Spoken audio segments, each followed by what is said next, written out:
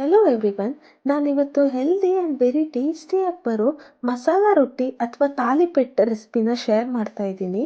ಅದಕ್ಕೆ ಬೇಕಾಗಿರೋ ingredient carrot, ಸೌತೆಕಾಯಿ, ಈರುಳ್ಳಿ, 6 ರಿಂದ 8 ಮೀಡಿಯಂ ಖಾರ ಇರೋ ಹಸಿರು ಮೆಣಸಿನ್ಕಾಯಿ, 8 ರಿಂದ 10 ಬೆಳ್ಳುಳ್ಳಿ ಎಸಳು, 1/2 ಇಂಚ್ ಶುಂಠಿ, ಸೊಪ್ಪಲ್ಲಿ 4 ಥರದ ಸೊಪ್ಪನ್ನ ಯೂಸ್ ಮಾಡಿದ್ದೀನಿ. 1 ಬೌಲ್ ಸಬ್ಬಸಿಗೆ, 1/2 ಬೌಲ್ ಕೊತ್ತಂಬರಿ, 2 ಬೌಲ್ ಮೆಂತೆ, 1 ಬೌಲ್ ಸ್ಪ್ರಿಂಗ್ ಆನಿಯನ್ನ ಯೂಸ್ ಮಾಡಿದ್ದೀನಿ. ಕ್ಯಾರೆಟ್ ಮತ್ತು ಸೌತೆಕಾಯಿನ ಇಲ್ಲಿ ತುರಿದಿಟ್ಕೊಂಡಿದ್ದೀನಿ.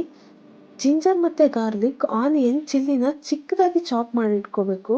ನಂತರ ಎಲ್ಲ ಸೊಪ್ಪನ್ನು ಕೂಡ ಚಿಕ್ಕದಾಗಿ ಚಾಪ್ ಮಾಡಿ ಇಟ್ಕೊಂಡಿದ್ದೀನಿ. ಬೈಂಡಿಂಗಿಗೆ ನಾನು 4 ಥರದ ಹಿಟ್ಟನ್ನ ಯೂಸ್ ಮಾಡ್ತಾ ಇದ್ದೀನಿ. ಒಂದು ಫುಲ್ ಬೌಲ್ ಆಗೋವಷ್ಟು ರಾಗಿ ಹಿಟ್ಟು, 1/2 ಬೌಲ್ ಆಗೋವಷ್ಟು ಜೋಳದ ಹಿಟ್ಟು, 1/2 ಬೌಲ್ ಆಗೋವಷ್ಟು ಗೋಧಿ ಹಿಟ್ಟು, 2 to 3 ಸ್ಪೂನ್ ಆಗೋವಷ್ಟು ಕಡಲೆ ಹಿಟ್ಟನ್ನ ಯೂಸ್ ಮಾಡಿದ್ದೀನಿ. ಈ ಎಲ್ಲ ಹಿಟ್ಟನ್ನು ಒಂದು ದೊಡ್ಡ ಬೌಲಲ್ಲಿ ಹಾಕಿ ಮಿಕ್ಸ್ ಮಾಡಿ ಅದಕ್ಕೆ ರುಚಿಗೆ ತಕ್ಕಷ್ಟು ಉಪ್ಪು, 1/2 table spoon turmeric, 1 full table spoon masala ಪುಡಿ ಹಾಕಿ ಹೆಚ್ಚಿಟ್ಕೊಂಡಿರೋಂಥ ಎಲ್ಲ ತರಕಾರಿ ಮತ್ತು ಸೊಪ್ಪನ್ನ ಹಾಕಿ ಚೆನ್ನಾಗಿ ಹಿಟ್ಟು ಜೊತೆ ಫಸ್ಟ್ ಮಿಕ್ಸ್ ಮಾಡಬೇಕು. ನೀರಿನ ಅವಶ್ಯಕತೆ ಬಿದ್ದರೆ ಮಾತ್ರ ಹಾಕ್ಕೊಳ್ಳಿ, ಯಾಕಂದರೆ ಸೌತೆಕಾಯಿ ಮತ್ತು ಈರುಳ್ಳಿಯಲ್ಲೇ ಸಾಕಷ್ಟು ನೀರಿನಂಶ ಇರೋದ್ರಿಂದ ಹಿಟ್ಟು ಜೊತೆ ಮಿಕ್ಸ್ ಮಾಡಿದ ಮೇಲೆ ಅದು ಚೆನ್ನಾಗಿ ನೀರು ಬಿಟ್ಕೊಳ್ಳುತ್ತೆ. ಈ ಕನ್ಸಿಸ್ಟೆನ್ಸಿಯಲ್ಲಿ ನಮ್ಮದು ರೆಡಿ ಆಗಬೇಕು ಡೋ.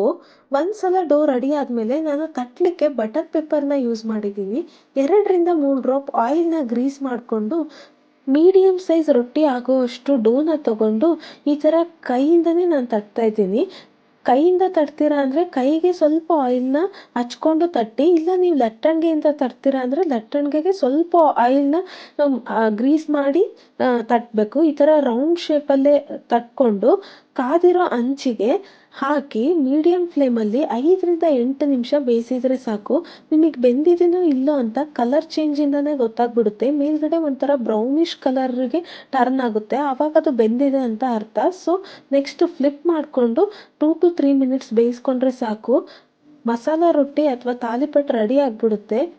ಸೊಪ್ಪು, ಕ್ಯಾರೆಟ್, 4 ಥರದ ಹಿಟ್ಟನ್ನು ನಾವು ಯೂಸ್ ಮಾಡಿರೋದ್ರಿಂದ ಇದು ಹೆಲ್ತಿಗೂ ಕೂಡ ತುಂಬ ಒಳ್ಳೆಯದು. ಒಂದು ಸಲ ಟ್ರೈ ಮಾಡಿ ನೋಡಿ.